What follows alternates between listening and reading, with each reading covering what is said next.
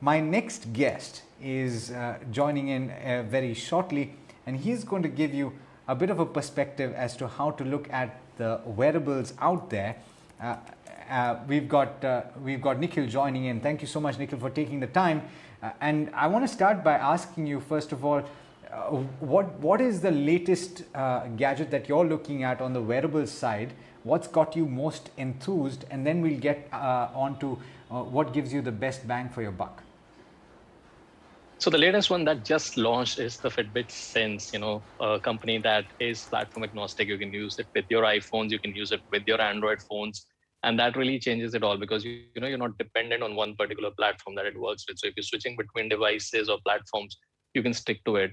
And Fitbit Sense, as the name suggests, senses everything that goes on in your body, from your sleep, your ECG, to your SpO2, to stress levels, to whatnot. Even suggest you to wash your hands and keep sanitizing and whatnot. And with on top of that, with all that feature set, it gives you a battery life of 7 to 10 days. That's like something which we miss on other smartwatches. And that's what I think really is great about Fitbit, because they're very, very focused on one thing, and that is fitness and your well-being. And that's what they have put in this one, the Fitbit Sense, the latest one from them. It is one of the most expensive watches by Fitbit by far, but it is also having so many sensors and so many features that it kind of justifies the price. And it's apart from all the fitness features it has, all that tracking and whatnot, and all the sports you play, it definitely does that. But on top of that, the mental well-being and health functions that we need during this pandemic are also covered. And that's what I think makes it one of the best buys right now. I see that you're wearing two devices on either wrist, and that's, I think, something that a lot of reviewers like yourself have to do. I'd find it a little bit complicated, checking the time and what else, which Correct. wrist to look at. But having said that, uh, give me an idea about, say, the Apple Watch and where that comes in, because I think a lot of people swear by it, not just in terms of Absolutely. fitness tracking, but also the allied activities that it allows you to track. Now it's introduced sleep as well. ECG is available to you on the high end watches. In terms of the money that you spend, of course, it's quite a bit. So, would you say Mhm. that the Apple is still king of the smartwatch space? Oh, absolutely. Goes without saying. I mean, I'm wearing an Apple Watch and I'm wearing a Fitbit. And the reason I'm doing that for years now is that what Apple Watch does, nobody else can do. It lets you take calls, it lets you interact with people. It is the smartest of all. You can unlock your hotel rooms with it, you can unlock your BMW with it. And the kind of integration it has with Apple ecosystem, it's just like you can leave your phone at home and still not miss your phone. And that's something that is really great because you can take calls, you can reply to text, you can still communicate, listen to music and whatnot. So I think there's no comparison to it when it comes to the smartest of all. And the best feature is like it does all of that, lets you have an LTE connection, keep connected all the times, you know take cares of your well-being. One of the first to get ECG feature, SpO2 monitor, and then the kind of third party apps, accessories, watch faces and whatnot. Apple ecosystem really thrives because of it, and that's what exactly it does.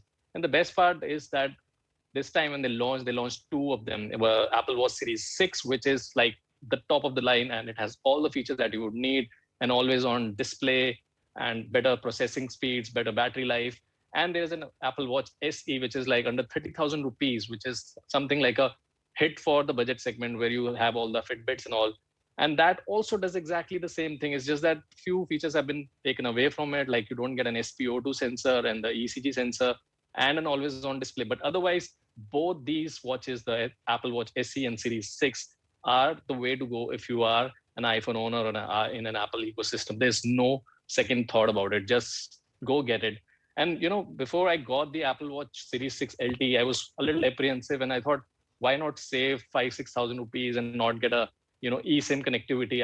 I will never leave my phone behind. But that has altogether changed because since I started using it, when I'm working out, when I'm taking my pet for a walk, I really don't need to carry my phone. I can take calls, I can communicate, and that has been a really, really game changer for me. That's actually a fair point, because I think a lot of people have that conundrum, right? The phone is with them practically all the time, but like you say, it could actually cause a change in the way that you behave. Now, I think I'm coming to the most important part, Nikhil, which is the bang for the buck. I think to a certain extent you've already spoken about it, and you said that the Apple SE is competing with the likes of Fitbit and all of that. I would also ask you about the Garmin, because I think the Garmin would play in that same category of an absolutely focused product towards your fitness, right? And running and all of that.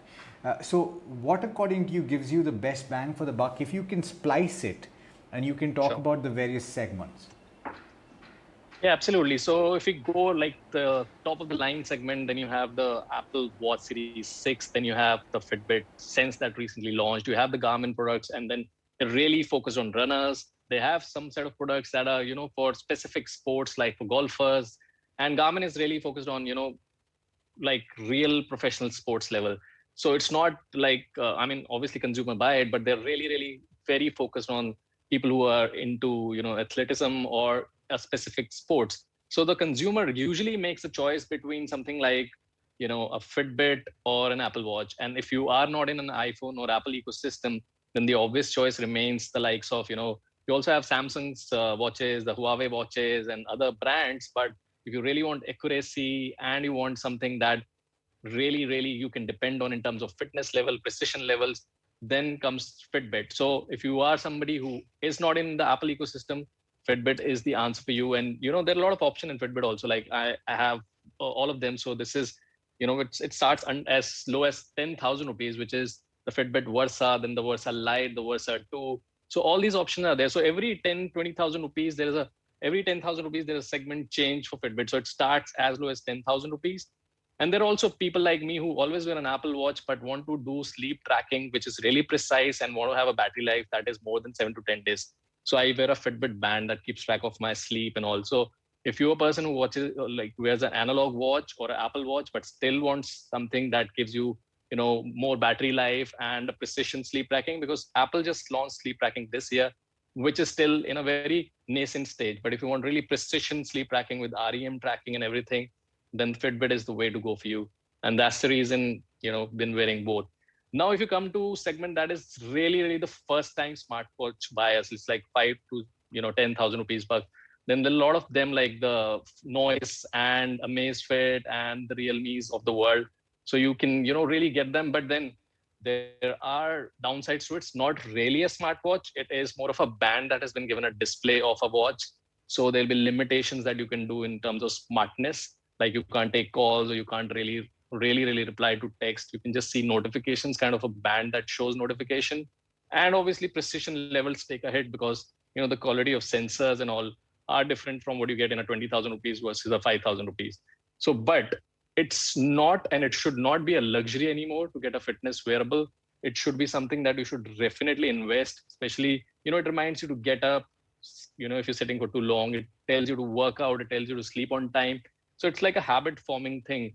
And that's why I've been like really invested in for years now. It's not just because I'm into tech, but it's something that you should always keep a check of yourself, your health. And if you keep check of your health, like ECG and SpO2, you would definitely have a better overview of your health and less with doctors or hospitals, which is something that you should avoid in these times. So I think it's a must-have investment that I always say of.